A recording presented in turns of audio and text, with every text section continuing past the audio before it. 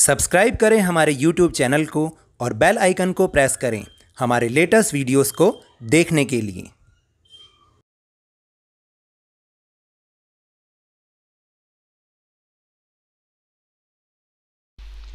Hello and welcome to Lovneesh sir की class. आज की ये शिक्षा निदेशालय राष्ट्रीय राजधानी क्षेत्र दिल्ली की वर्कशीट नंबर 3 जो कि कक्षा 8 के विद्यार्थियों के लिए ही है, यह ली गई है हिंदी विषय के लाख की चूड़ियां नाम के पाठ से। और आपको याद है ना कि पिछली 2 वर्कशीट में भी हम इसी पाठ को ही पढ़ते आ रहे हैं। तो आज ये इसका तीसरा भाग है। और अभी तक हमने यही पढ़ा था कि बदलू लेखक के मामा के गांव में रहता था और लाख की चूड़ियां बनाता था। किस तरीके से वो लेखक उसको इसलिए पसंद करता था क्योंकि वो लाख की गोलियां बना बना कर उनको देता था। और वो हमने पिछले वर्कशीट में ये भी पढ़ा कि वो कांच की चूड़ियों से चिढ़ता था क्योंकि उसे लगता था कि वो तो मशीनों से बनती हैं, लेकिन जो लाख की चूड़ियों में मेहनत लगती है वो कांच की चूड़ियों में नहीं होती। तो चलिए आज की वर्कशीट शुरू करते हैं और मेरे साथ समझने की कोशिश करते हैं। बच्चों, पिछले कार्यपत्रकों में हमने पढ़ा कि बदलू गांव में लाख की चूड़ियां बनाने का काम करता है और वह लेखक को सुंदर सुंदर लाख की गोलियां बनाकर देता था। वह चूड़ियों को पैसे से नहीं बेचता था, बल्कि उसका अभी तक वस्तु विनिमय का तरीका था। संसार में बदलू को किसी बात से अगर चिढ़ थी तो वह थी कांच की चूड़ियों से। यदि किसी भी स्त्री के हाथों में उसे कांच की चूड़ियां दिख जाती ना, तो वह अंदर ही अंदर कुढ़ उठता और कभी कभी तो उसे 2-4 बातें भी सुना देता। अब आगे। वह मुझसे घंटों बातें किया करता। कभी कभी तो मेरी पढ़ाई के बारे में पूछता, कभी मेरे घर के बारे में और कभी यूं ही शहर के जीवन के बारे में। मैं उससे कहता, शहर में तो सब कांच की चूड़ियां पहनते हैं। तो वह उत्तर देता, शहर की बात और है लला, वहां तो सभी कुछ होता है। अरे वहां तो औरतें अपनी मर्द का हाथ पकड़कर सड़कों पर घूमती भी हैं, और फिर उनकी कलाइयां भी तो नाजुक होती हैं ना। लाख की चूड़ियां पहने तो मोच आ जाए। कभी कभी बदलू मेरी अच्छी खासी खातिर भी करता। जिन दिनों उसकी गाय के दूध होता, वे सदा मेरे लिए मलाई बचा कर रखता। और आम की फसल में तो मैं रोज ही उसके यहाँ से 2-4 आम खा जाता। परंतु इन सब बातों के अतिरिक्त जिस कारण से वह मुझे अच्छा लगता था, वह यह था कि लगभग रोज ही वह मेरे लिए 1-2 गोलियां बना देता।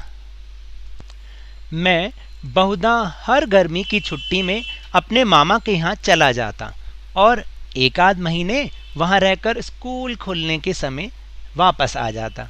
परंतु 2-3 बार ही मैं अपने मामा के यहाँ गया होऊंगा, तभी मेरे पिता की एक दूर के शहर में बदली हो गई और एक लंबी अवधि तक मैं अपने मामा के गांव न जा सका। तब लगभग 8-10 वर्षों के बाद जब मैं वहां गया तो मैं इतना बड़ा हो चुका था कि लाख की गोलियों में अब मेरी कोई रुचि नहीं रह गई थी। अतः गांव में होते हुए भी कई दिनों तक मुझे बदलू का तो ख्याल ही नहीं आया। इस बीच मैंने देखा कि अब गांव में लगभग सभी स्त्रियां कांच की चूड़ियां पहने हैं। विरले ही हाथों में मैंने लाख की चूड़ियां देखी। तब एक दिन सहसा मुझे बदलू का ध्यान हो आया। बात यह हुई कि बरसात में मेरे मामा की जो छोटी लड़की थी वह आंगन में फिसलकर गिर पड़ी और उसके हाथ की कांच की चूड़ी टूटकर उसकी कलाई में घुस गई।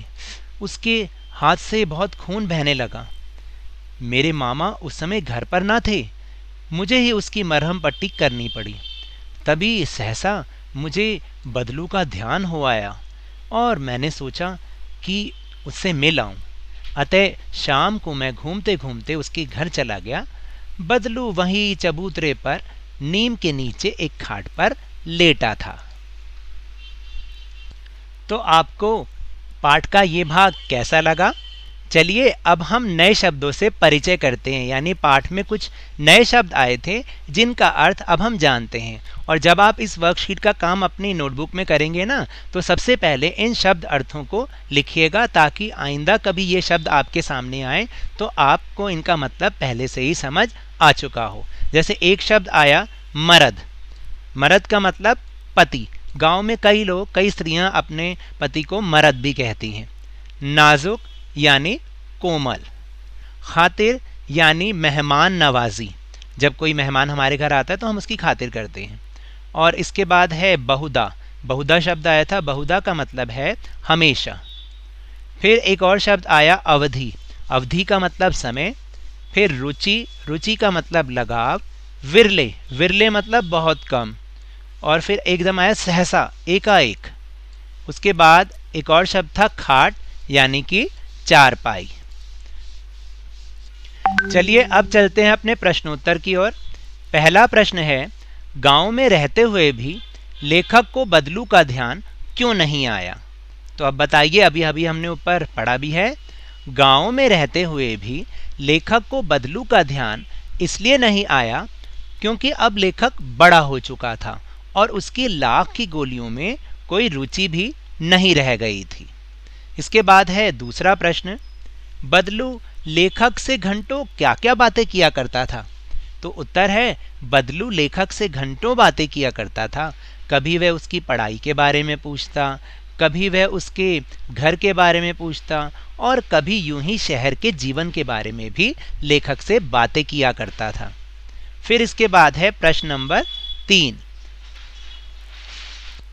घर में मेहमान आने पर आप उनकी मेहमान नवाजी कैसे करेंगे, सोच कर लिखिए। भाई आपके घर पे भी तो मेहमान आते होंगे ना। जब मेहमान आते हैं आप उनकी खातिरदारी, मेहमान नवाजी कैसे करते हैं, वही 2 या 3 वाक्य आपको यहाँ पर लिखने हैं। तो मैंने जो सोचा, मैंने जो समझा, मैंने वो लिखा। आप अपनी समझ से इसमें कुछ और भी लिख सकते हैं। जैसे घर में मेहमान आने पर सबसे पहले हम उनका अच्छे से स्वागत करेंगे, फिर उनसे चाय पीने या ठंडे पीने का आग्रह करेंगे। इसके बाद उनके पास बैठकर उनके सुख दुख का हालचाल लेंगे और फिर अपनी बात कहेंगे। फिर इसके बाद उनके लिए बढ़िया बढ़िया पकवान बनाएंगे और उन्हें बहुत ही आदरपूर्वक खिलाएंगे। इसके बाद फिर सम्मानपूर्वक उन्हें विदा करेंगे। फिर इसके बाद है प्रश्न नंबर 4, अपने मित्रों या भाई बहन से बातचीत करके लिखिए कि लाख से चूड़ियों के अतिरिक्त और क्या क्या चीज़ें बनती हैं। तो लाख से चूड़ियों के अलावा कई प्रकार के आभूषण, खिलौने और सजाने का सामान भी बनाया जाता है। लेकिन इसके अलावा डाकघर और अन्य स्थानों पर जो सामान पैक करके सील बंद करने के लिए भी लाख का प्रयोग किया जाता है। आपको पता है कि जो जितने भी सरकारी विभाग होते हैं, जब वो कोई ज़रूरी लिफाफे को सील बंद करते हैं, जैसे हम कहते हैं कि सील बंद करना, तो वो लाख से ही सील लगाई जाती है। तो ये तो थी आज की वर्कशीट। अगर मेरे इस तरह समझाने से आपको थोड़ा सा भी समझ में आया हो तो इस चैनल को ज़्यादा से ज़्यादा सब्सक्राइब कीजिए, लाइक कीजिए और बहुत ही ज़्यादा शेयर कीजिए। और मेरे साथ इसी तरह वर्कशीट को समझते रहिए, लेकिन ध्यान और मन लगाकर ज़रूर पढ़ते रहिए। धन्यवाद।